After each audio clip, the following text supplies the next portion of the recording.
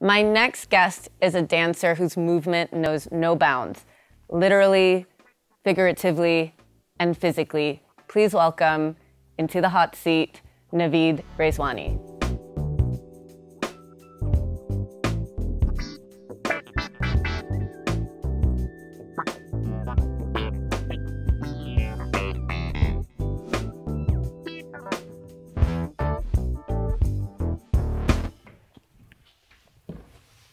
Hello, Shruti. Very nice to be here with you today.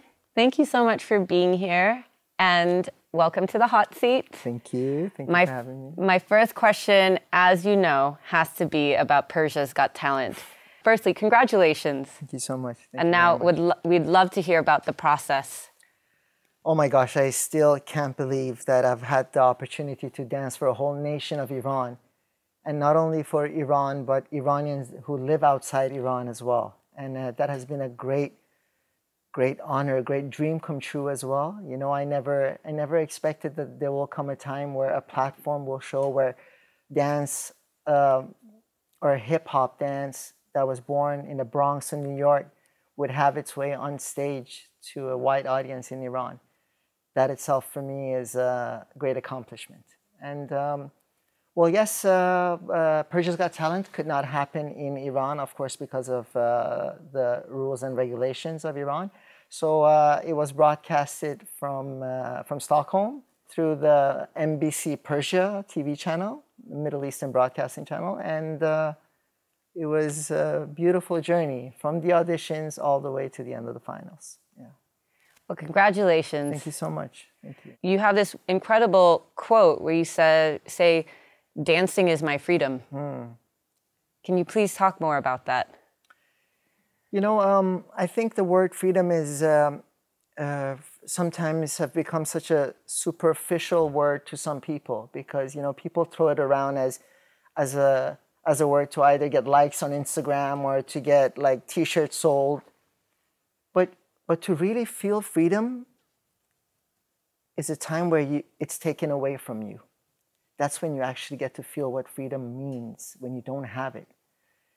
Well, if we look at the definition of it is when they say freedom is the power or the right to speak, act, and think as you wish. When I dance, I could do all of that. I could express anything that I want. It is a superpower that I have built on myself. And nobody gave it to me. I worked for it. And that's why I cherish it. And that's why whenever I have the opportunity, I use it. I use it to communicate. And I always say all I need is one opportunity to dance for anybody that does not know who I am or wants to get to know me. So dancing is my freedom. Absolutely. And I mean, I think that is such a beautiful philosophy, and it's kind of an interesting paradox, especially, you know, Iran was an incredible place of celebrating arts and culture in the 70s, and then things shifted. Iran is a home of homoculture, you know, civilization. But of course, after the revolution, a lot of the Western values got blocked or got very limited.